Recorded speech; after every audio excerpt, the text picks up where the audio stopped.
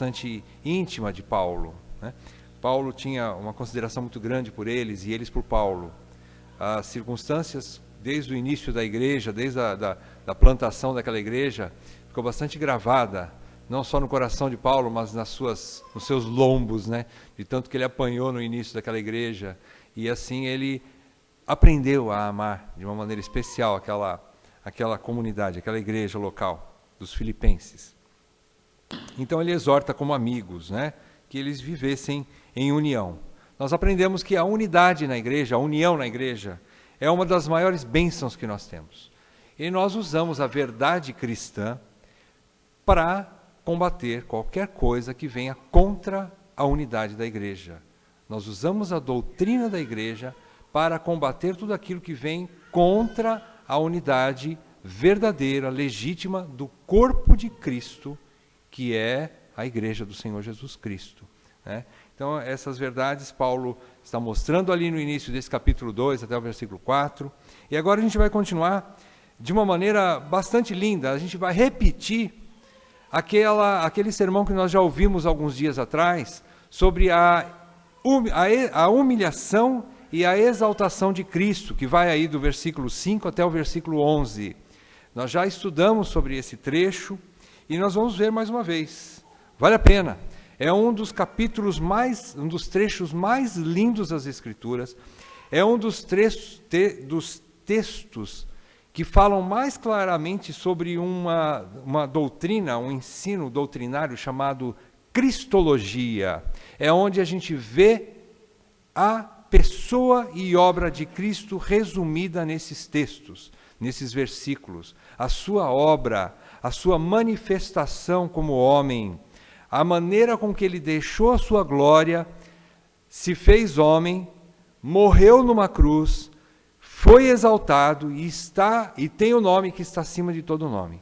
Nós estudamos sobre isso. Vamos estudar mais uma vez, vale a pena. Eu acho que esse texto aqui tem que ficar bastante gravado em nossos corações. A gente aprende que a doutrina é a mãe da ética.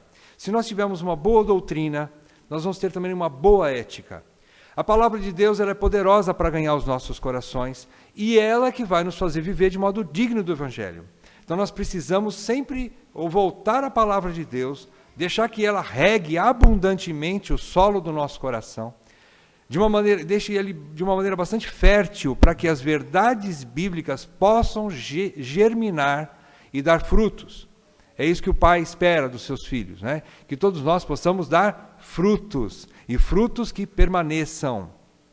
Então vamos estudar. Esse é um dos textos que pode gerar mais frutos na vida da igreja, porque ele fala resumidamente daquele ser a quem nós adoramos, a quem nós servimos, e a quem nós vamos contemplar por toda a eternidade, Jesus Cristo, nosso Senhor, né? Ele fala sobre ele. Vamos ler o texto. Então, começando aí no versículo 5, ele começa dizendo: tende em vós o mesmo sentimento que houve também em Cristo Jesus. Pois ele, subsistindo em forma de Deus, não julgou como usurpação o ser igual a Deus. Antes, a si mesmo se esvaziou, assumindo a forma de servo, tornando-se em semelhança de homens, e reconhecido em figura humana, a si mesmo se humilhou, tornando-se obediente até a morte e morte de cruz. Pelo que também Deus o exaltou sobremaneira e lhe deu o nome que está acima de todo nome. Obrigado. Para que ao nome de Jesus se dobre todo o joelho nos céus, na terra e debaixo da terra, e toda língua confesse que Jesus Cristo é Senhor, para a glória de Deus Pai. Só essas palavras não precisaria nenhum sermão para explicar tudo isso. Elas são gloriosas, elas já caem bem em nossos corações, porque elas falam exatamente do nosso Redentor, aquele a quem nós devemos todas as coisas, aquele a quem nós nos curvamos diante dele. Todo joelho se dobra, a nossa língua confessa que ele é Senhor, e não há outro Deus a quem nós amamos, a quem nós servimos e em quem nós cremos. Então, tudo isso já é muito, essas palavras de Paulo já são bastante importantes ao nosso coração. Elas caem realmente como um bálsamo no nosso coração, nós crentes em Cristo Jesus, olhando para Ele, toda essa a sua obra e a sua humilhação de uma maneira, mas a gente vê que a humilhação ela levou a uma exaltação sobremaneira, ou seja, de uma maneira tão grande, que nenhum ser, nem nos céus, nem na terra, e nem debaixo da terra, vai experimentar a exaltação que Deus lhe deu. Então vamos ler aqui, versículo por versículo. Vamos pular o versículo 5, eu vou deixar ele para o fim, porque ele é um versículo, na verdade, aplicativo para nós, igreja. Então, começando no versículo 6. Ele, Jesus Cristo, diz que subsistindo em forma de Deus, ele subsistindo em forma de Deus, o que é que significa subsistindo? Significa que ele sempre existiu, não teve início nem fim de dias. Subsistindo quer dizer que ele nunca foi criado de uma maneira divina. Ele nasceu de forma humana, no tempo e no espaço, mas como Deus, ele sempre existiu. Ele nunca deixou de existir. O escritor de Hebreus, quando tenta fazer essa explicação para a igreja dos Hebreus, e ele relata no capítulo 7 do livro de Hebreus, e ele faz uma comparação, ele tenta trazer uma personagem do Velho Testamento chamada Melquisedeque. No capítulo 7 do livro de Hebreus, a gente encontra a explicação do autor, e ele tenta explicar a existência eterna de Jesus Cristo, comparando o sacerdócio dele com o sacerdócio de Melquisedeque. E ele fala ali que Melquisedeque, ele primeiro apresenta Melquisedeque. Ele fala que Melquisedeque era chamado rei de Salém, em primeiro lugar, que significa rei de Jerusalém. Salém é uma abreviação de Jerusalém, que significa Shalom, ou ele era rei de paz. Então ele era reconhecido, Melquisedeque, que era uma forma de Cristo no Velho Testamento, que não tinha pai nem mãe, não tinha início e nem fim de dias. Ele apareceu de uma forma misteriosa e sumiu de uma forma misteriosa, a ponto de que o autor de Hebreus fala assim, é mais ou menos a ele que nós temos que comparar Jesus. Porque os hebreus conheciam bem a história do Velho Testamento, e então ele faz essa analogia. Então ele era rei de Salém, mas o seu nome, Melquisedeque, é uma composição, e o final do nome Zedeque é Sedeque, que significa justiça. Então ele tanto é o rei de paz, ou rei de Salém, ou de Shalom, que é rei de paz, como ele também é rei de justiça. Então, vejam as duas coisas andando juntas, é tudo que a gente tem estudado nesses dias, né? Paz e justiça. Ele é o rei da paz e ele é o rei de justiça. Então, esse é o exemplo que o autor de Hebreus tenta dar para explicar a existência eterna de Jesus Cristo, que não teve nem início nem fim de dias, e que ele detém em suas mãos a paz e a justiça. Ele é Senhor da paz e Senhor da justiça. E ele, somente ele, de maneira soberana, consegue aplicar as duas coisas ao mesmo tempo. Ele age em paz e na justiça. Ele aplica a justiça pacificamente. Ele age dessas formas, de maneira soberana. E ele então mostra para a igreja como é que tem que fazer. Então é isso que Paulo está tentando trazer para a igreja de Filipos, como nós estudamos nessa manhã. Ele diz assim, alegrem-me, façam isso para a minha alegria, nos primeiros versículos, né? No versículo 2, aliás, ele fala, completai a minha alegria. De que forma? Andando em unidade, aplicando a justiça e a paz, vivendo em amor e na verdade. E assim vocês vão andar em unidade. E a igreja em unidade, não tem para ninguém. Nós vimos que na unidade nós estamos seguros. Porque o Senhor Jesus nos ensinou também que o contrário, uma casa dividida não prospera. Uma casa dividida não prospera. Por isso ele nos exorta, Paulo nos exorta, também em Efésios capítulo 4, que nós devemos lutar por essa unidade. Como é que nós lutamos por essa unidade? É no tapa? É arrancando sangue? Não, não é. E agora então ele vai explicar, porque o modelo é Cristo. Então vamos ver como é que ele, pelo seu modelo, nos leva a entender como que nós podemos agir para que essa unidade seja preservada. E ele começa falando assim: ele existia em forma de Deus, sempre existiu em forma de Deus. Ele não teve início nem fim de dias. Em forma, quer dizer, ele tem a essência divina, que jamais Jesus deixou de ser Deus. Não é porque ele assumiu forma humana que ele abriu mão da sua divindade. Ele não abriu mão da sua divindade.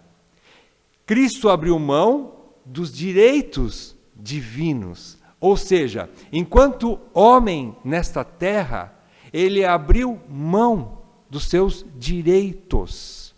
Ele tinha direitos como Deus, como Senhor, como Criador. E ele estava lá na criação com o Pai, o Verbo estava com o Pai, na criação de todas as coisas. E mesmo assim, ele abriu mão. Durante o período que ele esteve aqui como homem, ele abriu mão. Ele nunca deixou de ter seus poderes, os seus direitos, ele continuou tendo, mas ele não pegou isso para si naquele momento. Entendem isso? Ele não usou o seu direito de ser Deus. Mas ele continuou sendo Deus. Sempre foi. Porque senão estaria contradizendo o que ele mesmo é. Um dos assuntos mais importantes da teologia é exatamente isso. A permanência eterna da divindade. A divindade nunca deixou de ser divindade. E isso em teologia é algo básico.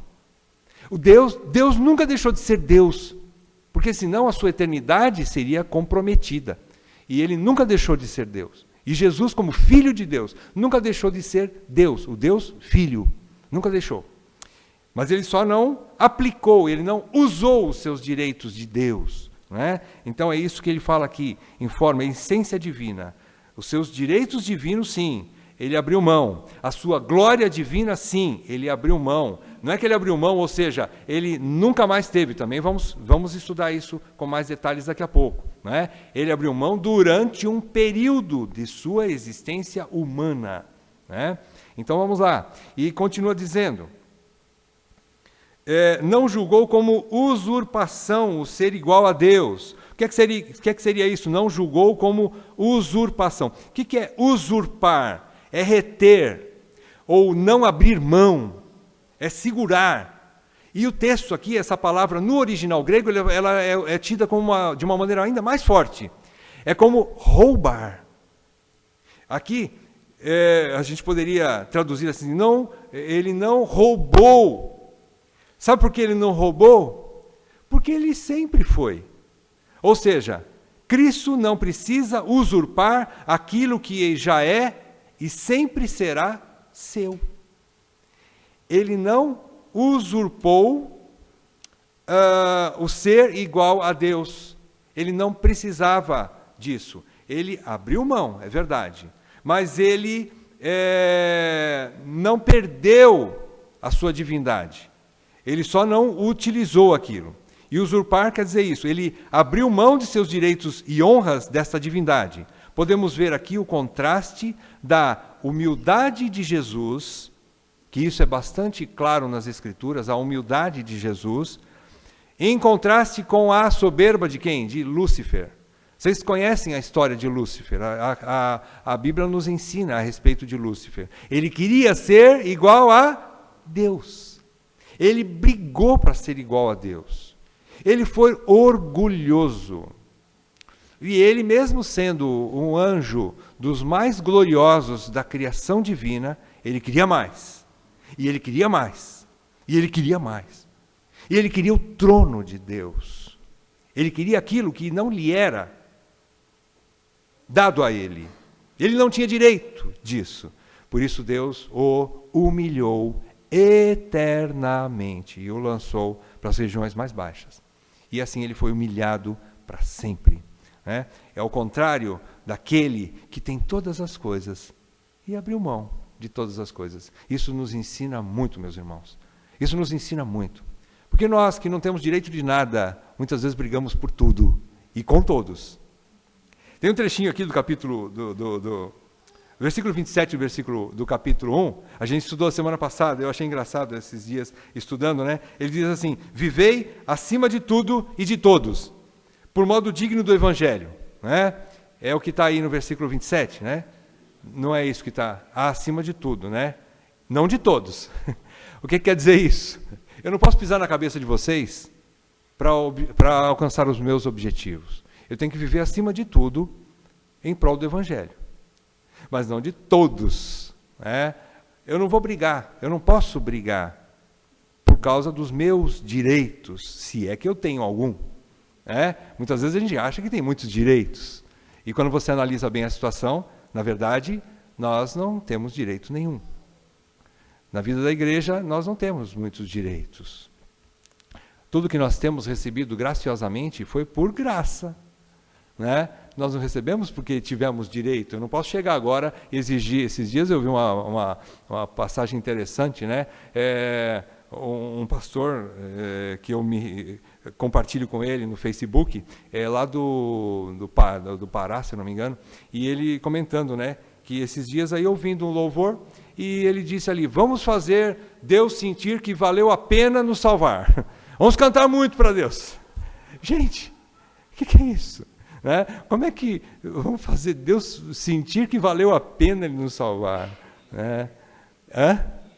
Isso é heresia. Né? Então, irmãos, tudo que nós podemos oferecer para Deus jamais vai chegar aos pés daquilo que Ele nos deu graciosamente em Cristo.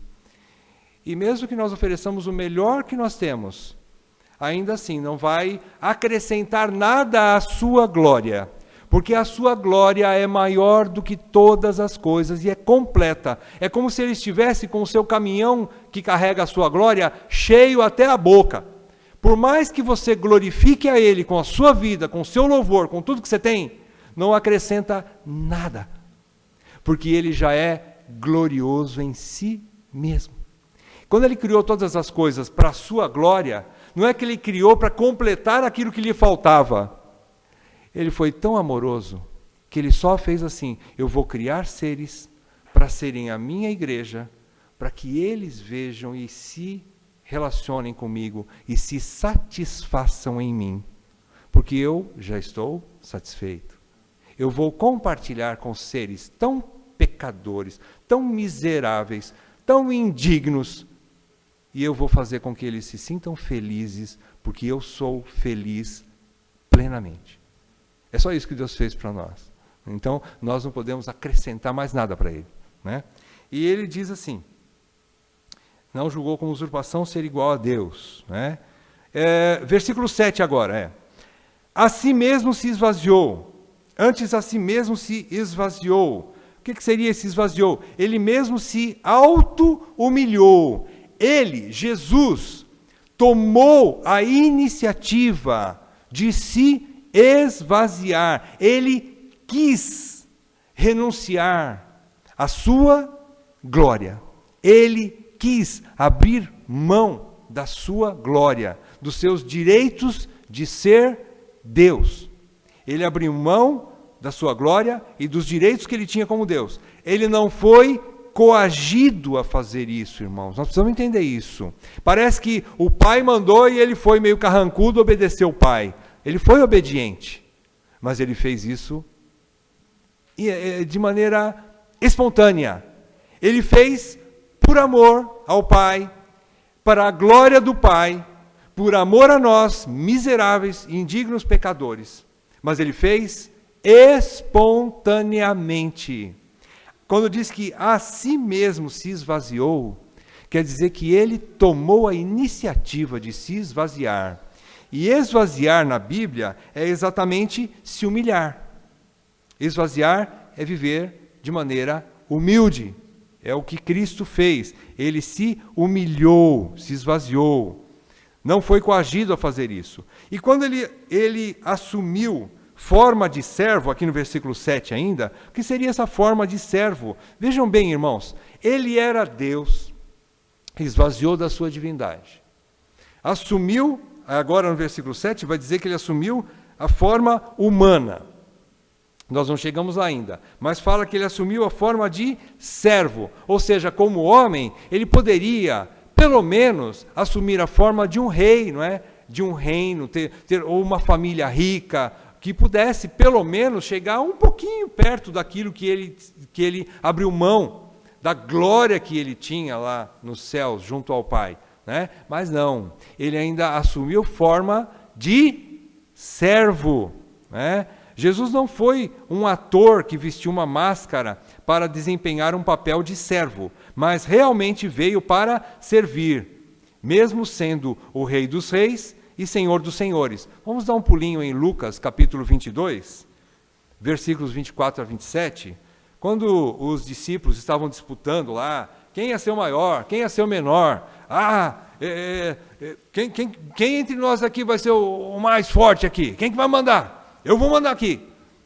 Não, quem que vai ser o maior? Vamos ver, vamos disputar aqui. Quem grita mais alto? Não, quem cospe mais longe? Vamos disputar aqui. Quem que vai ser o chefe? E ele fala o seguinte: suscitaram também entre si uma discussão sobre qual deles parecia ser o maior. Mas Jesus lhes disse: os reis dos povos dominam sobre eles, e os que exercem autoridade são chamados benfeitores. Mas vós não sois assim. Ele vai ensinar quem é o verdadeiramente o maior, segundo a ótica divina, né? Vós não sois assim. Pelo contrário, o maior entre vós seja como o menor, e aquele que dirige seja como quem? Como que serve. Pois qual é o maior? Ele vai dar o exemplo dele mesmo. Olha aqui, ó. Qual é o maior? Quem está à mesa ou quem serve? Qual é a resposta? Ele responde com outra pergunta. Porventura não é quem está à mesa? É sim, quem está à mesa sentado. Quem fica em volta de pé servindo é o servo, né? Ele está falando dele mesmo. Eu estou à mesa, né? Pois no meio de vós eu sou como quem serve. Jesus veio para servir. Tem uma frase antiga, né, que eu aprendi com um dos irmãos no início da nossa carreira, né? Quem não vive para servir, não serve para viver. Eu acho muito bonita essa frase, né? E eu acho que é bastante interessante para nós também, né? Quem não vive para servir, não serve para viver. É bonito a gente entender isso. O serviço, é interessante que até, às vezes, os irmãos comentam, né? Existe curso para liderança não sei lá da onde, curso para liderança não sei da onde, curso para liderança lá no seminário não sei das quantas, curso lá em São Paulo para ser líder não sei do quê. Agora, curso para líder tem um monte, mas curso para servo não tem nenhum. Vocês já viram falar, eu vou fazer um curso lá para ser servo? Não tem, né? Mas no reino de Deus é tudo que nós aprendemos com o nosso mestre. Ele nos ensina a ser servos uns dos outros, pois foi o que ele fez por nós. Ele veio para servir. Voltando ao texto de Filipenses capítulo 2, nós estamos no versículo 7, né? E ele diz ainda que ele veio em semelhança, se tornou semelhança de homens, em figura humana, e no finzinho do versículo 7, ele usa essas duas colocações, Paulo fala, duas afirmações, que ele, tornando-se em semelhança de homens e reconhecido em figura humana. Irmãos, isso é muito importante a gente entender. Eu já falei sobre isso, a gente repetiu várias vezes, no livro de 1 João nós aprendemos sobre isso, ficou muito claro para nós, eu espero, e se tiver alguma dúvida, vocês nos procurem. Nós precisamos entender a totalidade divina de Jesus e a totalidade humana de Jesus. Jesus sempre foi, ou melhor, ele sempre foi 100% Deus. E como homem, ele também foi 100% homem. E ele é 100% Deus e 100% homem. Hoje nós reconhecemos assim. Então, quando ele assumiu semelhança de homens e figura humana, esses termos parece que deixam uma certa dúvida, né? Parece só uma figura, né? Tem muitas seitas que pegaram esses textos e fizeram uma religião, e uma falsa religião, porque olharam para esses textos e ficaram na dúvida. E, na dúvida, criaram uma doutrina errada. E por causa dessa doutrina errada, eles estão levando muita gente para o inferno. Por quê? Por exemplo, quando ele diz aqui, Paulo, que assumiu semelhança de homens em figura humana, realmente ele encarnou-se. Jesus encarnou-se. Ele nasceu de mulher, como uma criancinha. Cresceu normalmente como uma criancinha, um adolescente, um jovem, virou homem. Ele teve todos os estágios normais que eu e você tivemos para o crescimento normal de ser humano. Ele mamou, ele bebeu, ele comeu, ele cresceu, ele brincou, ele correu, ele aprendeu uma profissão e depois ele serviu o reino de Deus exclusivamente, a partir dos 30 anos. Irmãos, ele assumiu a forma humana em sua totalidade. É importante isso a gente entender. E nessa humanidade, ele encarnou-se para provar o que a humanidade experimenta de pior. Ele nasceu numa família pobre, em situações difíceis, perseguições lá desde o início, e ele não experimentou o que muitos no seu tempo experimentaram nos templos e nos palácios. Jesus não experimentou isso. É interessante que ele nasceu de uma forma bastante humilde. Então vejam, olha os degraus que ele foi descendo, né? Ele deixou de ser Deus, passou a ser homem. Como homem, ele foi servo. Como servo, ele experimentou o que havia de pior, numa família que não tinha nada. Uma família paupérrima, né? Então, a gente pode dizer o seguinte: ele abriu mão também de sua autoridade divina, mas não abdicou definitivamente desta autoridade, como pensam os testemunhas de Jeová, por exemplo. Os testemunhas de Jeová é uma seita que olha para Jesus como homem, um profeta, um mestre, mas não como Deus.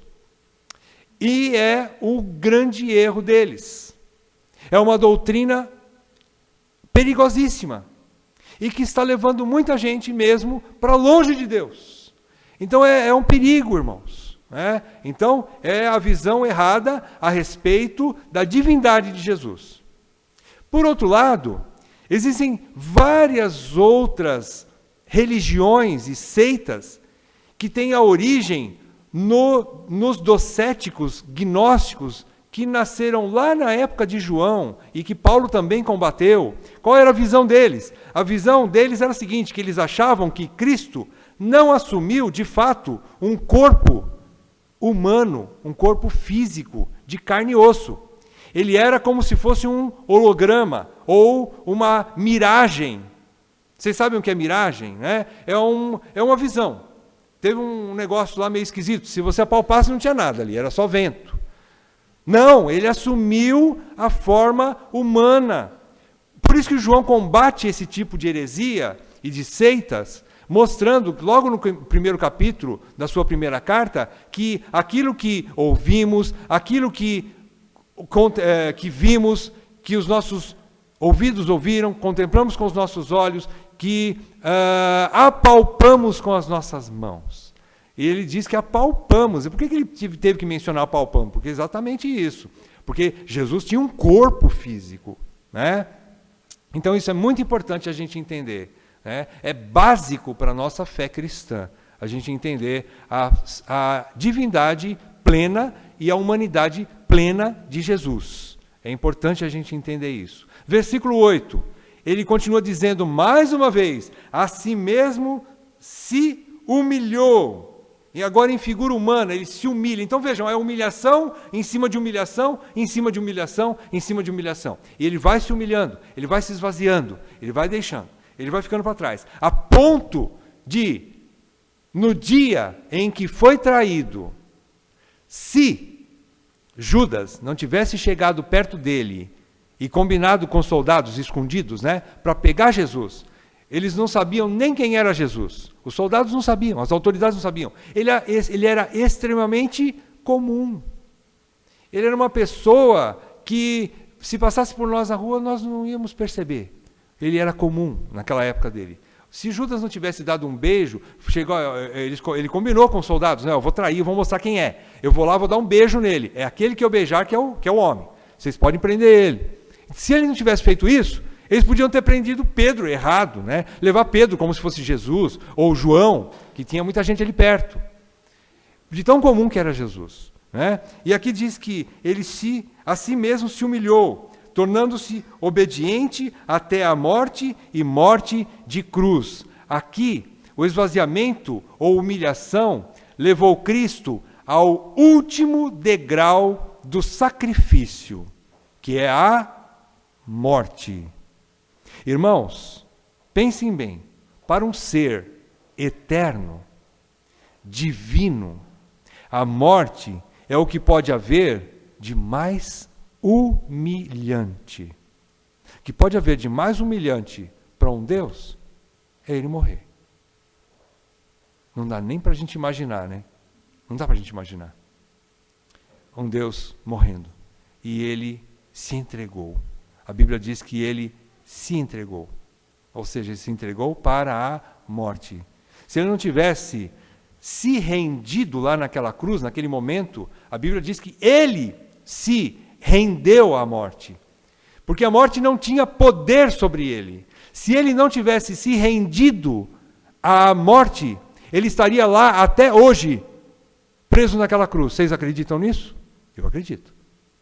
Ele estaria vivo até hoje. Mas ele se rendeu à morte. Ele falou, morte, pode vir. Agora eu me esvazio. Quem assistiu o Crônicas de Nárnia, quando o leão se entregou? Se ele não tivesse se entregado para a feiticeira e para os seus algozes ali, ele não teria morrido, né? É uma pequena analogia, né, do que aconteceu com Jesus Cristo. É exatamente a pessoa de Jesus ali, simbolizada pelo leão, né? Como é que é o nome do leão? Aslan, né? Muito lindo aquele filme. Então, aqui foi o que Jesus se entregou, aqui que a gente entende. Ele se esvaziou agora da própria vida eterna dele. Ele abriu mão. Vejam bem, ele não abdicou definitivamente, mas ele abriu mão por um momento. Quanto tempo ele experimentou a morte? 3 dias. Vocês lembram? Não foi? Ele foi morto numa sexta-feira e ressuscitou no domingo. Né? 3 dias ele provou a morte. Então, ele se humilhou, né? Tornando-se obediente até a morte e morte de cruz. Aqui, mais um degrau nessa descida humilhante, ultrajante e vergonhosa do Senhor Jesus. Ele não só experimentou a morte, mas morte de cruz. Irmãos, vocês sabem o que é morte de cruz? Nós já falamos, né? É repetido esse sermão, né? Mas aí para a gente deixar bem gravado na nossa mente, na nossa lembrança e no nosso coração, para que Deus possa ganhar o nosso coração, para a gente entender o tamanho da humilhação de Jesus e quanto que nós ainda precisamos aprender tanto com Ele a respeito de humilhação, porque nós somos soberbos e nós precisamos bater nessa tecla, muito, para vencermos a nossa soberba, né? E de que forma? Olhando para aquele que foi o exemplo maior de humilhação. Então ele diz que ele foi obediente até morte e morte de cruz. A morte de cruz era a mais humilhante e dolorosa de todas as mortes. O que é que significa isso? Significa, primeiro, que a morte de cruz era a mais dolorosa das mortes. O que ela provocava no homem, na pessoa crucificada? Ela provocava consciência. A pessoa ali, de pé, cravada na cruz, permanecia totalmente e plenamente consciente. Ele não apagava. Ele não desmaiava. Era uma posição que capacitava os órgãos humanos a continuar trabalhando, especialmente o cérebro. Então a pessoa não desmaiava. Ela não ficava grogue, porque daí ela poderia deixar de sentir dores, né? Não. Ela permanecia consciente o tempo todo. O tempo todo ele não dormia, ele não cochilava, não dava para relaxar, não tinha jeito. A posição era extremamente sofrida e totalmente e constantemente consciente. Então era difícil. O que então era dolorosa por causa disso? Vamos falar dos aspectos físicos primeiro, né? Era totalmente consciente. O crucificado sentia cãibras no corpo inteiro, desde o fio de cabelo até o dedão do pé. Eram cãibras. Alguém já sentiu cãibra? Irmãos, cãibra é uma das dores mais difíceis de sentir. Ela é dura. Você quer se livrar logo dela. Ela é terrível. São nervos e tendões se encavalando uns sobre os outros, parece que dá um nó. E aí você sente aquela dor que parece que estica os seus nervos. Parece que está rasgando por dentro. E ele sentia cãibras o tempo todo. O tempo todo. O que mais que ele sentia? O crucificado sentia desidratação. O corpo ia perdendo água. Ele ia perdendo água. Ele não tinha ali como repor água. Então ele ia sofrendo por desidratação. Você lembra que quando ele passou algumas horas ali de sofrimento, o que é que ele pediu para os seus carrascos ali? Ele disse, tenho sede. O que é que deram para ele? Uma aguinha fresquinha assim, ó, sem gás. Não deram isso para ele. Deram vinagre. É interessante, o que é que o vinagre produzia? Se ele estava querendo morrer ali, o vinagre dava uma acordada. Ele sentia o cheiro daquela essência do vinagre. Aquilo entrava ali pelas suas narinas, descia para o seu pulmão e reavivava. Para quê? Para que ele continuasse sofrendo. Continuasse mais tempo acordado, consciente e sofrendo. Continuasse naquele processo doloroso, né? Os músculos rasgavam-se, já falei sobre a cãibra, era demorada demais, a morte na cruz era muito demorada. Tem historicamente aí alguns relatos que demoraram, parece que dias, se não me engano, e não foi o caso de Jesus, mas ele passou muitas horas de sofrimento intenso. Então esses são os aspectos físicos, né? E por fim, ele morria, sabe de que forma? Por asfixia. Ou seja, o seu corpo ia cedendo, seus braços já não tinham mais força, suas pernas muito menos, então ele se abaixava, curvava, e naquela posição, o seu tórax era comprimido, de forma que o seu pulmão era esmagado, e o seu pulmão já não tinha força para tragar o ar. Ele já não conseguia fazer isso. Ele tentava, mas não tinha. Não vinha ar. Não tinha jeito. O seu pulmão já não tinha mais forças para respirar. E assim, ele morria por asfixia. Então, dá para a gente entender que é uma morte bastante dolorosa? É bastante dolorosa, né? Então esses são os aspectos físicos, a ponto de que os estudiosos dizem que a morte de cruz equivale a 1000 mortes. Alguns estudiosos dizem isso, por causa do extremo sofrimento da morte de cruz. O que mais? A morte de cruz, no aspecto, digamos assim, ela era ultrajante. Ela era uma morte que era muito humilhante. Por quê? Havia um ritual antes da crucificação. Vocês se lembram? Havia um ritual. Então, antes da pessoa ser pregada na cruz, ele era açoitado, ele era cuspido. Quando se cuspiam em alguma pessoa, quer dizer assim, você é um lixo. É isso que eles queriam dizer, para aquela pessoa que passava ali, como se fosse um corredor da morte ali, né? Um corredor, né, de humilhação. E ele, depois de ser açoitado, ele passava por aquelas pessoas, ele era cuspido. E as pessoas ali zombavam dele, falavam tudo que achavam de pior para aquela pessoa. zombavam daquela pessoa, humilhavam ainda mais. E obrigavam a pessoa que ia ser crucificada a carregar o seu próprio instrumento de morte. E diante da população, não era escondidinho, saído pela porta de trás, não. Eles passavam, ele atravessava a cidade para ir lá no lugar, no caso de Jesus, num lugar fora da cidade, chamado Gólgota, que ficava perto de Jerusalém. E ele passava pelo meio da cidade, pelas ruas da cidade, e ali era um espetáculo teatral para aquelas pessoas que queriam ver Jesus passando ali, carregando a sua própria cruz. E ali eles continuavam zombando, né? Então era um espetáculo vergonhoso. Hoje nós não podemos imaginar o que é isso, mas Jesus passou por isso, né? Além disso, a morte de cruz era considerada na Bíblia como maldita. Era maldita, não só pelos homens. Nós vimos que os homens humilhavam, cuspiam, falavam mal, xingavam aquela pessoa que estava atravessando com a cruz nas costas. Mas a Bíblia também relata que Deus considerava todo que era pregado no madeiro como maldito.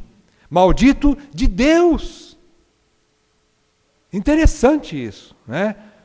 Sabem quem eram só que eram pregados numa cruz?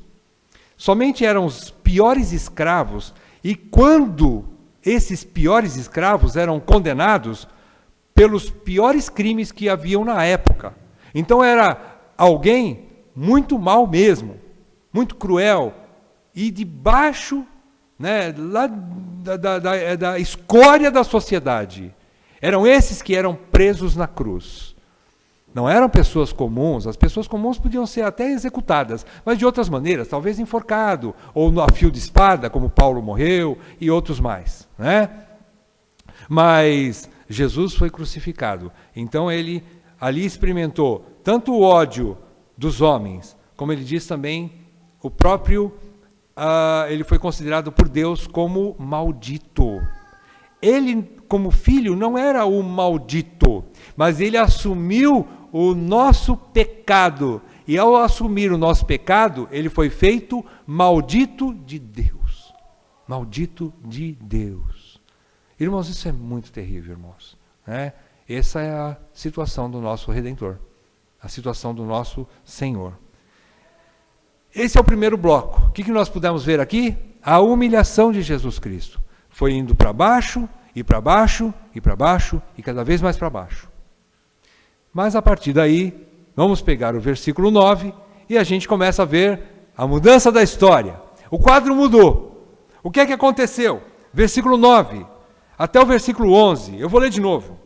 Pelo que também Deus o exaltou sobremaneira, ele lhe deu um nome que está acima de todo nome, para que ao nome de Jesus se dobre todo o joelho, nos céus, na terra e debaixo da terra, e toda língua confesse que Jesus Cristo é Senhor, para a glória de Deus Pai. Começa agora a exaltação de Cristo.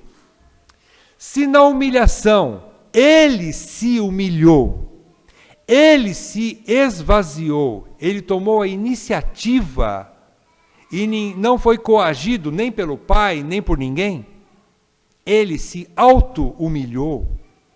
Irmãos, isso é importante a gente entender, porque aqui nos ensina isso. Ele se humilhou. Só que na exaltação não foi ele que se exaltou. Vocês veem aqui o que é que aconteceu? Pelo que também Deus o exaltou. Foi o Pai que o exaltou. É como se, vamos supor, ele tivesse todo o direito de se auto-exaltar. Como Deus Filho, sim. Mas ele não o fez. Ele aguardou que o Pai o exaltasse. Exemplo maravilhoso e maior de esperar que Deus faça aquilo que nós não podemos fazer. Quando nós olhamos para Jesus, a gente aprende. Não sou eu que devo me exaltar. É o que Jesus nos ensina. É o que os apóstolos nos ensinam. É o que os escritores do Novo Testamento nos ensinam. Não é? Aquele que se exaltar, será humilhado. Alguém vai me humilhar. Mas aquele que se humilhar, será exaltado não por mim mesmo, mas por outro. Não é isso? É o que a Bíblia nos ensina, né? Então o que aconteceu aqui? Deus o exaltou sobremaneira. A exaltação de Cristo, em primeiro lugar, é obra de Deus. Quem se humilha é Jesus, mas quem o exalta é o Pai. É o princípio que ele e seus apóstolos nos ensinaram, que o caminho da glória passa pelo vale da humilhação. O caminho da glória passa pelo vale da humilhação. Em segundo lugar, a exaltação de Cristo não é a restituição de sua divindade. Não é. Porque ele nunca abriu mão dela, nem o poderia. Mas sim a restituição da glória que ele tinha com o Pai antes da fundação do mundo. Evangelho de João, capítulo 17, versículo 5, fala sobre isso. O que é que diz lá? João 17, 5, diz assim: E agora glorifica-me, ó Pai, contigo mesmo, com a glória que eu tive junto de ti antes que houvesse mundo. Ele não abriu mão da sua divindade, mas ele abriu mão da sua glória. Ele poderia tomar a sua glória de volta? Poderia, mas ele respeitou o Pai.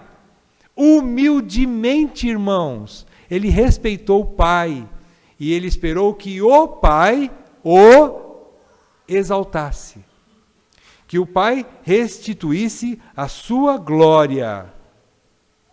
Isso também é muito importante a gente entender, meus amados. Não é? Porque muitas vezes a gente quer brigar pelos nossos direitos. A gente quer lutar pela nossa autoexaltação. A gente quer brigar para ter direitos. Para estar por cima da carne seca. Para ser o rei da cocada. Irmãos, se nós lutarmos por isso, nós vamos ser humilhados. Como filhos de Deus, nós vamos ser humilhados. Irmãos, é a Bíblia que está falando, não sou eu. É um princípio bíblico. Não é palavra humana. Por isso nós precisamos aprender com Cristo. Ele que poderia fazer isso, não o fez, que dirá nós? Qual direito eu tenho? Que direito você tem de achar que tem direito algum? Né? Em terceiro lugar, a palavra sobremaneira, que diz aqui que o Pai, Deus, o exaltou sobremaneira. Sobremaneira, no grego, traduz-se como super exaltado. Exaltou muito, incomparavelmente. Ele foi extremamente exaltado em glória, como ninguém jamais o será. Nós, os eleitos, seremos também exaltados um dia, mas nunca como Jesus Cristo. Nós nunca vamos ser exaltados como Jesus, porque ele foi exaltado de uma maneira bastante especial. O Pai lhe deu a glória de volta, e agora ele detém nas suas mãos o governo do universo em suas mãos. Jesus Cristo é Senhor, nós não chegamos lá ainda, mas ele é o dono de todas as coisas. Então, em terceiro lugar, ele foi exaltado sobremaneira pelo Pai. Em quarto lugar, diz que o nome dele está acima de todo nome. E o nome que menciona aqui, diz que para que ao nome de Jesus, versículo 9, né? Pelo que também Deus exaltou sobremaneira, e lhe deu o nome que está acima de todo nome, para que ao nome de Jesus se dobre todo o joelho, no céu, sobre a terra, toda língua confesse que Jesus Cristo é Senhor. Essa palavra aqui, Senhor, o nome está ligado com esse termo, Senhor. Esse termo Senhor, no grego, é a palavra Kyrios, que nós encontramos na versão do Velho Testamento, que é o nome Senhor dado ao Pai, dado a Jeová, Deus, o grande eu sou. É a tradução em hebraico. No grego é o termo Kyrios, que significa Senhor. Então, aqui ele assume aquilo que é de Deus. Ele assume a posição de Deus. E lhe deu o nome, o próprio nome do Pai, que é Senhor. Olha que coisa linda. Né? Então, Senhor quer dizer proprietário, rei, Deus, que é usado no Velho Testamento para Jeová, que é o grande eu sou. Então, quando confessamos que Jesus Cristo é meu Senhor, não só declaramos que Ele é o dono de tudo e de todas as coisas, mas que nós somos dele e somos seus co-herdeiros de tudo. O que isso significa? Quando nós confessamos que Jesus Cristo é o meu Senhor, que Ele é o meu dono, também implica que tudo que é dele também é meu.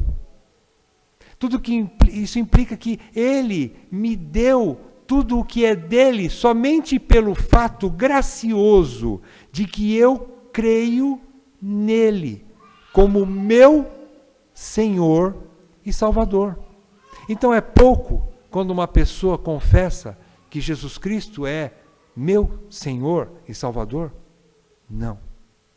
Isso é muito grande.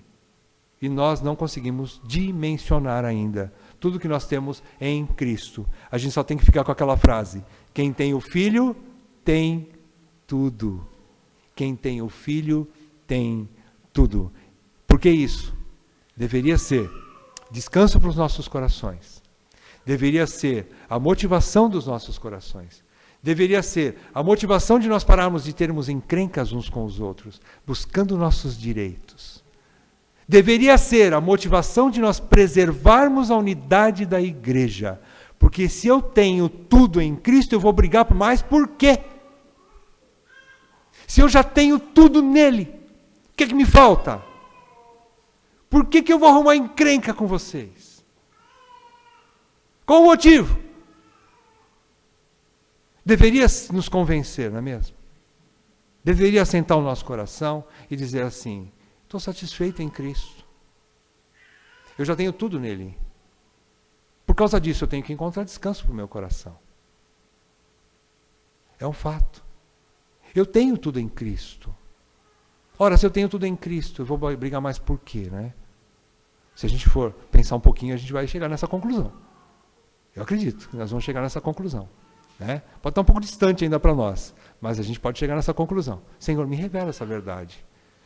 Se eu tenho o Senhor como meu Senhor, e Tu és o herdeiro de todas as coisas, e eu sou co-herdeiro contigo, de tudo que o Senhor tem. Eu tenho tudo que o Senhor tem. Paulo tinha isso no coração. Quando ele falou assim, vocês lembram? A gente estudou semana passada também. Quando Paulo falou assim: eu estou num dilema.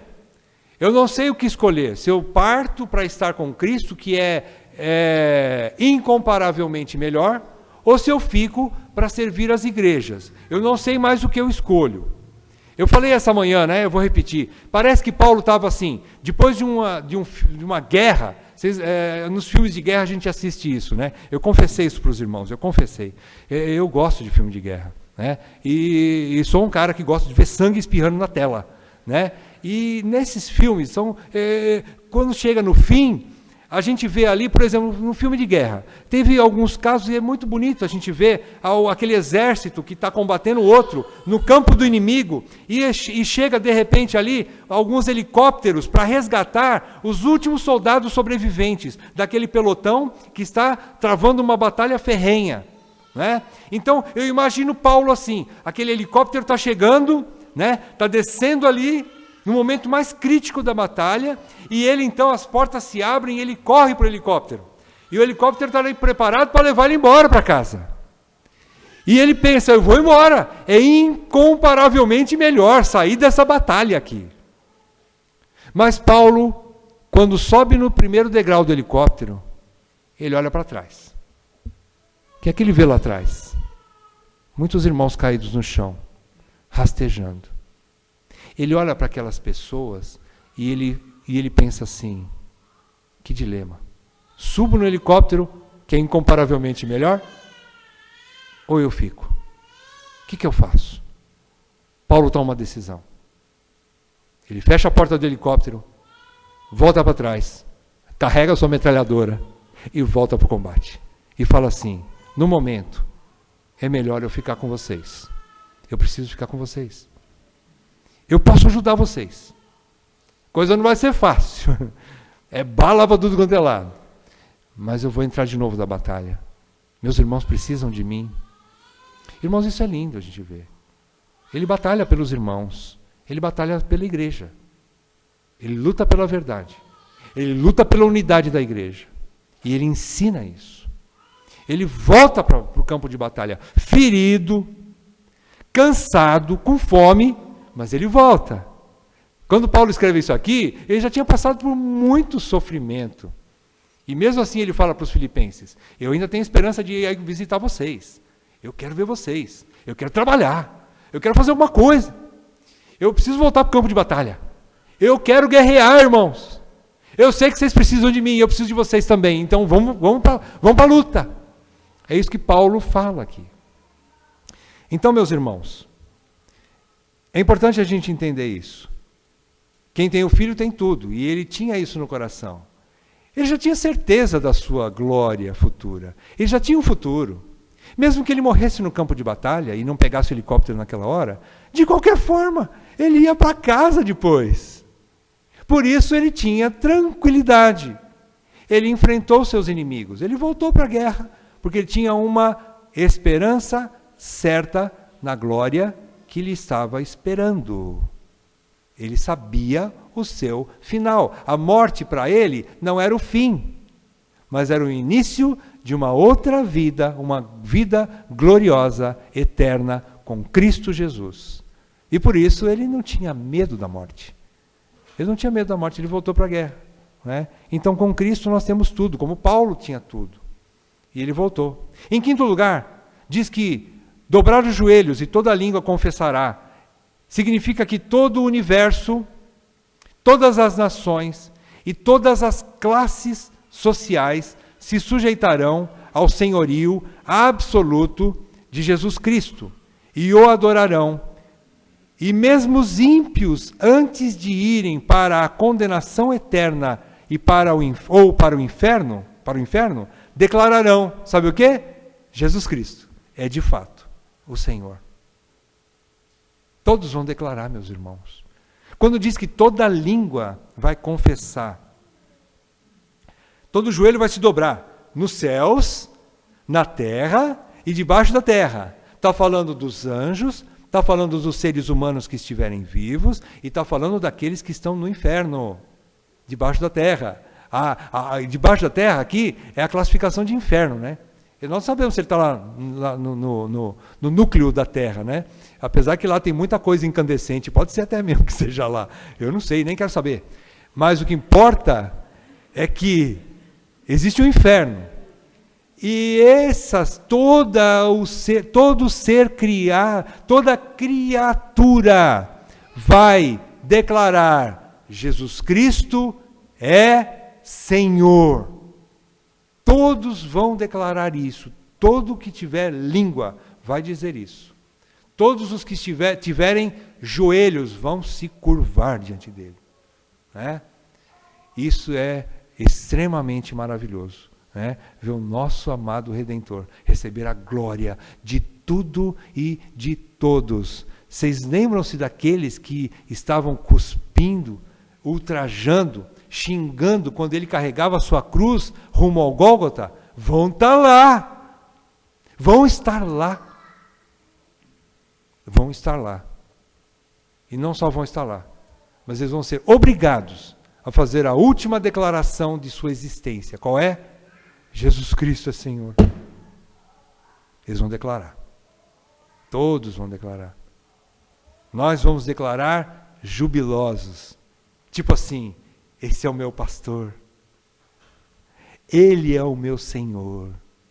Eu declaro, porque eu já estou declarando aqui, Jesus Cristo já é o meu Senhor. Isso já é familiar para mim, para você. Você declara isso. Né? Então naquele dia lá nós vamos como uma só voz, como um cântico, né? Uma música. Todo mundo vai falar ao mesmo tempo. Uns vão falar chorando, outros vão falar jubilando. E vão dizer assim: Jesus Cristo é Senhor. Agora, a sua exaltação não termina aí. Sabe qual a maior exaltação de Cristo? Vem agora. A maior exaltação do nosso humilde Senhor é que tudo isso vai convergir para a glória do seu Pai. Isso é que é humildade, meus irmãos. Mesmo extremamente exaltado, vocês lembram que o Pai exaltou sobremaneira. E com tudo isso, quando a gente olhar para Ele, Ele ainda vai falar isso. Tudo isso é para o meu Pai. Eu fui obediente até morte, morte de cruz, por causa do meu Pai. E Ele me exaltou sobremaneira, e eu lhe dou toda a glória, é do meu Pai. E Ele diz isso, né? Para a glória de Deus Pai. Significa que o próprio Filho, ao receber toda a glória, a transfere humildemente para o seu Pai. É lindo demais, irmãos. Essa passagem é uma das passagens mais maravilhosas da Bíblia. Né? É uma das passagens que vale a pena a gente ler, estudar, gravar, ter no nosso coração, na nossa mente o tempo todo. A gente entender o que aconteceu, a obra redentora do Senhor, né? A maneira com que Ele se comportou, vindo lá da glória, deixando tudo que Ele tinha. Não abrindo mão definitivamente, mas deixando seus direitos, é a mesma coisa. É quase como se Ele tivesse... Para nós funciona assim na nossa cabeça, tão limitada, né? Ele deixou de ser Deus. Poxa, Ele está apanhando, Ele está sendo cuspido. Não dá para Ele bater o dedo assim, queimar todo mundo? Claro, dava. Dava para Ele, com o sopro de sua boca, Ele podia consumir aquelas pessoas. Vocês acreditam nisso? Eu acredito. Irmãos, talvez só com uma palavra, Ele poderia produzir um infarto fulminante em todas aquelas pessoas, todo mundo ia cair duro no chão. Ele não fez. Ele disse que se Ele quiser, Ele falou para Pedro, se Ele quisesse, Ele poderia convocar, e muitas legiões de anjos o viriam socorrer. Mas Ele falou assim, Pedro, guarda a espada. Quem a espada se defender, a espada será ferido. Ele falou assim, não faz isso, deixa. Que mansidão é essa, meus irmãos? Que mansidão é essa? Então nós aprendemos com o nosso Senhor. Né? Uma vida mansa e humilde. É isso que nós precisamos aprender com Ele. Então, concluindo, a gente volta para o versículo 5, porque é o apelo de Paulo. O versículo 5 nós vamos ler de novo. Ele diz que, tende em vós este sentimento aqui, ó, que também houve também em Cristo Jesus. Todos esses sentimentos aqui. Essa maneira de pensar. Lembra que eu falei hoje de manhã? No versículo 2, a gente aprendeu então que para preservar a unidade, a gente tem que ter o mesmo modo de pensar, o mesmo amor, unidos de alma, e ele termina dizendo, tendo o mesmo sentimento. Agora, a referência desse sentimento, ele começa a explicar a partir do versículo 5. Qual é o sentimento que eu tenho que ter como modelo para eu imitar? É o sentimento de Cristo. É esse sentimento aqui. De não reter, de ser humilde, de se esvaziar, se fazer servo, de colocar o outro na frente do eu. O Hernandes fala isso, né? O Hernandes, que quando explica essa passagem, ele coloca assim. Ele fala assim, que o outro tem que vir antes do eu. Obrigado, irmão. É isso que a gente tem que aprender, né? Eu passei a carroça na frente dos bois aqui, mas tudo bem. Então, o sentimento aqui, no grego, traduz-se por cogitar para agir. Sentimento não é só ter uma intenção de fazer uma coisa boa e nunca praticar aquilo. Não, no grego, no original, a palavra sentimento, é que o português, eu expliquei para os irmãos, né, hoje de manhã, o português é meio traiçoeiro. Na tradução, às vezes, não dá para traduzir exatamente. Então, na forma grega que Paulo quis expressar, ele quis dizer o seguinte, planejar e colocar em prática. Sentimento não é só alguma coisa interior, mas é planejar com o meu coração, com a minha mente e agir em prol dos outros. Não de mim. É isso. Essa é a palavra, no grego, a palavra sentimento, pronel, no grego. Então, o que a gente conclui? Em primeiro lugar, a doutrina sempre vem conectada com a vida, ou com a ética. Sem doutrina, nós não temos ética. Sem aprender de Cristo, na doutrina de Cristo, nós não conseguimos viver como Cristo. Cristo não vai cobrar se nós não conhecermos a sua doutrina, mas nós temos a obrigação de conhecê-la, porque nós temos nas nossas mãos a sua palavra. Então nós vamos conhecer a palavra de Deus. Através do conhecimento da palavra de Deus, nós podemos viver como Cristo viveu, né? Sermos seus imitadores. Paulo escreve não só para ensinar sobre a profundidade teológica da pessoa e obra de Cristo, mas para aplicá-la como exemplo, a fim de resolver problemas de desunião na igreja. Esse é o objetivo de Paulo. Paulo não está fazendo só doutrina aqui. Paulo não está fazendo só poesia aqui. Paulo está ensinando para que as pessoas pratiquem aquilo. Esse é o objetivo de Paulo. Por que ele vai escrever essa carta para a igreja, se não for para praticar? É isso. A doutrina é a mãe da ética, que resolve problemas relacionais dos eleitos. A doutrina resolve problemas de relacionamentos. Em segundo lugar, a gente conclui o exemplo de Cristo ensina que o outro vem antes do eu. E não há maior e mais poderoso argumento do que esse trecho aqui, que é a vida e obra de Jesus Cristo. Não há argumento maior para nós praticarmos a humildade e a vida servil do que este argumento, que é a vida de Jesus Cristo. Em terceiro lugar e último, a gente conclui que Jesus nunca prometeu uma vida regalada neste mundo, mas os seus eleitos, como ele também nunca teve, mas prometeu uma vida abundante, uma vida eterna, uma glória indescritível em palavras humanas, num lugar onde não haverá mais sofrimento nem dor, mas prazeres e delícias perpetuamente, para aqueles que tenham em vós o mesmo sentimento que houve em Cristo Jesus. Para esses vai ter tudo isso aqui, né? Então é isso, meus amados. Vamos fazer uma oração? Deus nos ajude a gente entender cada vez mais a vida e obra de Jesus Cristo, né? Para vivermos como ele viveu. Nós somos convocados a isso, né? Vivermos como Cristo, né? Andai nele. Vocês creem nele, andai nele, né? Amém, irmãos.